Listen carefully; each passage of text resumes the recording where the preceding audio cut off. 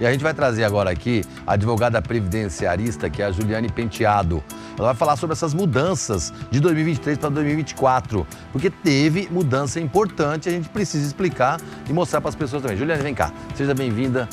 Muito bom dia. Bom dia. Muito obrigado por aceitar nosso convite novamente. Eu que agradeço. Obrigado. Agradeço a confiança. As pessoas não gostam muito de falar de aposentadoria, né? Porque isso significa que você vai avançar na idade. É. Mas a gente tem que começar a falar de aposentadoria enquanto é jovem, senão depois não dá mais tempo, né? Sim, Assim, sim, exatamente. A gente percebe muito aqui com as pessoas, elas têm realmente isso que você falou. Não, faz tempo, vai demorar, vai demorar. Só que enquanto isso, o que você está fazendo para esse planejamento? Sim. Então a gente tem que pensar que nesse caminhar, a gente precisa se prevenir. Por isso que fala previdência. Previdência social é o quê? Se prevenir para o futuro, para um risco que a gente vai ter. E duas coisas a gente sabe que vai acontecer: morrer e ficar velho, aquele que chegar primeiro. Sim. Então a gente tem que ter essa preocupação hoje, com o presente. Isso é uma coisa muito do brasileiro, né? O brasileiro, a gente deixa as coisas para a última hora. Não quer saber do assunto, aí não faz o que tem que ser feito. E aí o que a gente precisa saber é que é possível, sim. É possível você buscar melhorar um pouco esse caminhar, chegar no final com uma renda um pouco melhor do que aquilo que, se você deixar, Deus dará. Então, pode ser feito um planejamento, isso precisa ser feito no mês a mês. Sim. Observar aquilo que você ganha, se você é um autônomo, se você é um empregado, observar como é que essas contribuições estão sendo colocadas lá no seu extrato do INSS. Se está tudo sendo recolhido como deveria. Se está sendo recolhido corretamente, se não tem nenhuma inconsistência. Agora, a gente fala muito sobre pessoas que estão empregadas, né? Tem uma carteira de trabalho, ou são empregadas no poder público, tem lá a sua forma de previdência e tudo mais. Mas também tem aqueles que podem contribuir sem ser empregado. Isso também pode, né? Porque senão, porque as pessoas ficam pensando, poxa, mas como é que eu faço para eu me aposentar se eu não tenho carteira assinada? Isso. Há mecanismos que pode usar, públicos e particulares, para fazer isso, né? Sim, olha, o que o pessoal, nosso público está ouvindo, o seu público, né? Eu já estou me sentindo... É nosso. O público está ouvindo, tem que prestar atenção no seguinte: todas as pessoas que trabalham com atividade remunerada, né? Sim. Então, todas as pessoas são segurados, obrigatórios, porque é obrigado a contribuir quem trabalha. Entendi. Então, não interessa se você é empregado ou você é autônomo. É obrigado. O que acontece? É que a Previdência não te cobra isso. Entendi. Ela não vai te cobrar como a Receita Federal, por exemplo, se você não pagar o imposto de renda. Porque a contribuição, ela é um tributo. As pessoas não sabem disso, mas ela é um tributo. Sim. Então, se você não paga esse tributo da contribuição, a única coisa que você não vai ter é o direito aos benefícios. Você não vai pagar uma multa por isso? Você não vai pagar multa nem nada, diferente da Receita. Sim. Se você não paga a Receita, eles vão... Vai ter problema na Receita. Tá. No INSS não tem isso. Porém, você não aposenta, não recebe auxílio-doença, não recebe um monte de coisa. Então, primeira coisa, você trabalha, tem uma atividade remunerada, é obrigado, sim, a contribuir. Só que cada trabalhador, ele está lá regulamentado na lei de como isso tem que ser feito. Não, tem um jeito. Porque os empregados, em geral, os domésticos, eles têm uma carteira, o empregador é que retém, repassa, é obrigação do empregador. Sim. Então, você tem que observar se isso está sendo feito de maneira certa.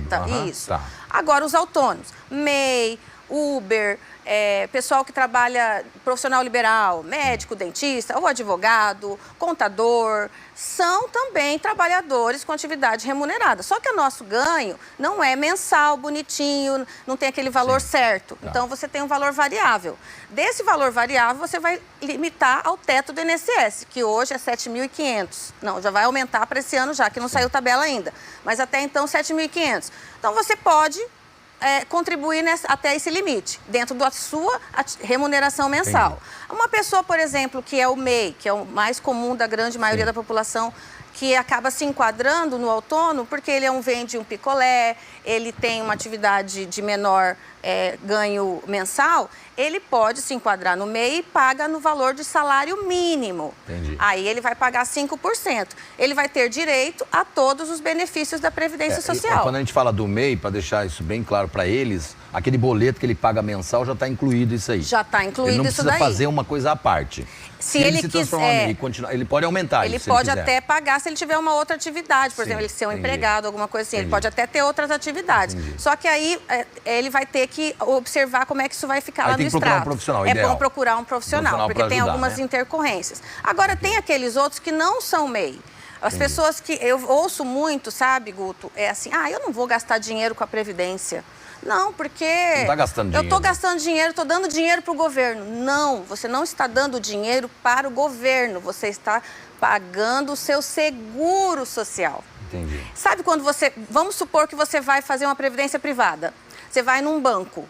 Quem vai te orientar? Não é um consultor? Sim. O consultor, ele vai lá falar assim, olha, o melhor para você, Guto, é você pagar esse valor mensal, porque daqui a tantos anos você vai ter uma aposentadoria, você vai resgatar assim, assim e tal.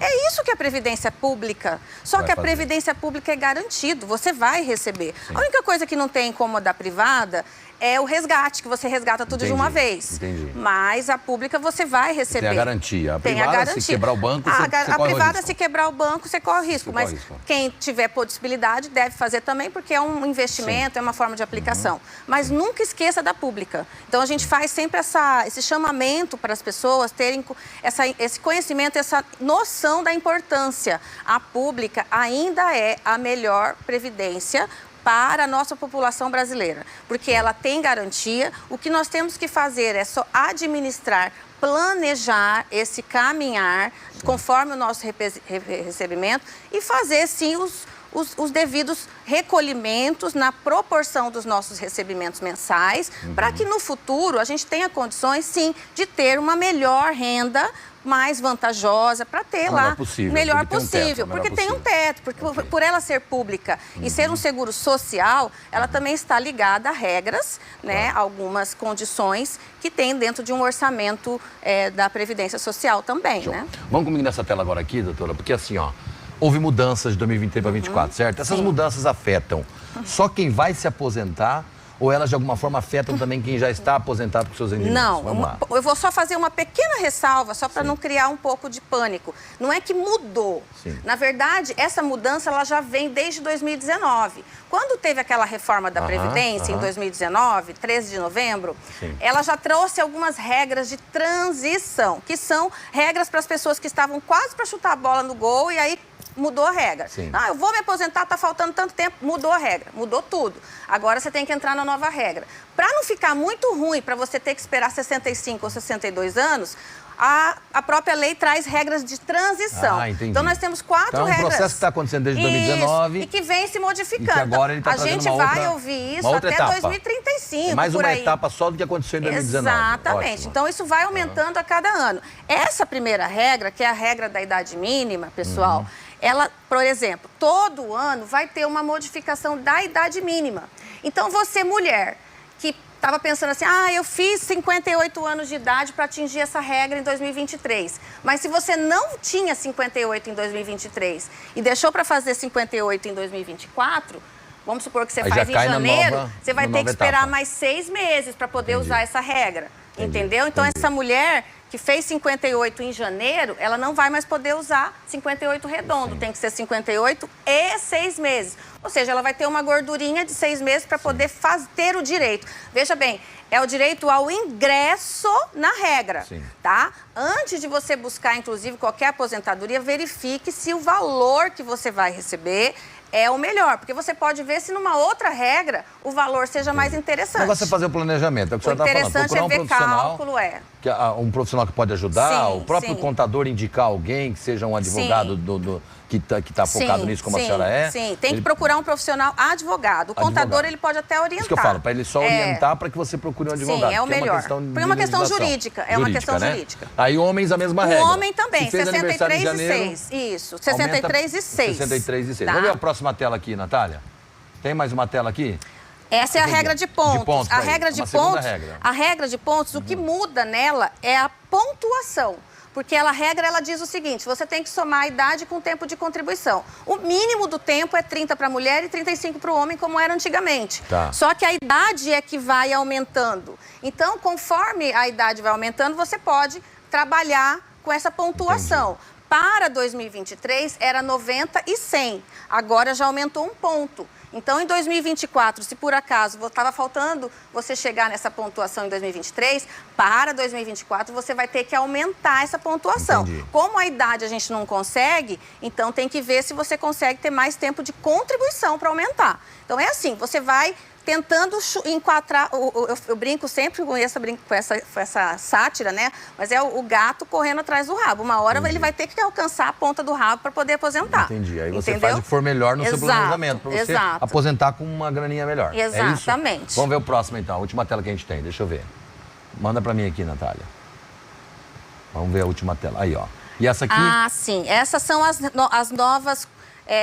os valores de contribuição por conta do aumento do salário mínimo, né? Como o salário mínimo aumentou, pessoal, veja bem, a gente tinha 1.320, agora ele passa a 1.412. Prestem muita atenção quando você for fazer o seu recolhimento, porque a partir de janeiro, agora, já está valendo 1.412. Ou seja, 15 de fevereiro, você tem que fazer o recolhimento referente a janeiro. Sim. Se você esquecer e pagar como 1.320, a Previdência vai computar isso como não tempo de contribuição. Ele simplesmente vai ignorar esse mês. Não vai valer. Não vai valer. Então, você preste atenção para você não... Olha que informação Claro importante. que isso pode ser ajustado, tá? Mesmo se você pagou a menor... Errou, você vai lá e ajusta. Você faz o complemento. Mas tem que ficar ligado Só nisso. por que eu falo isso? Porque até hoje as pessoas estão buscando aposentadoria. Elas falam assim, eu já tenho, doutora, tantos anos. Eu tenho já os 15 anos e a idade. Sim. Mas o INSS entra com 50 pedidos de aposentadoria e o robozinho do INSS faz o quê? Nega, porque é o robozinho. Nega, o sistema vai, veda, porque aquelas contribuições menores que o mínimo não contam para contribuição. Então, ó, toda atenção é pouca agora para o seguinte, quem vai fazer lá a contribuição em 15 de fevereiro tem que considerar o salário mínimo novo, é isso? Exato. De 1.412. Isso. Prestar muita atenção nisso para não cair nesse buraco que ela está falando. Depois vai ter um sufoquinho aí para você pra botar ficar isso em ordem, complementando tudo mais, né? Principalmente quem paga na guia. Então, prestar bem atenção. Se você é aquele que paga no 11%, ele vai ter um aumentozinho no valor da contribuição proporcional ao valor do salário. E 5% para o MEI, né? Ou o pessoal da baixa renda, que é a dona de casa baixa renda, por exemplo. Show. Doutora, obrigado. Eu poderia conversar, mas eu acho que tem muita gente aí que começou a pensar na aposentadoria agora, mesmo sendo jovem, né? Porque precisa pensar nisso. É importante. Olha, muito obrigado. Feliz 2024 para a senhora. Muito obrigado mais uma vez por atender nosso pedido. Eu que agradeço. Obrigado. Sucesso. Tudo de bom. Tá aí, ó. A Juliane vem aqui e pá, mostra para você que esse negócio de pensar em aposentadoria não é só quando você tá velho, que nem eu, não. Você tem que pensar durante a vida inteira. Claro.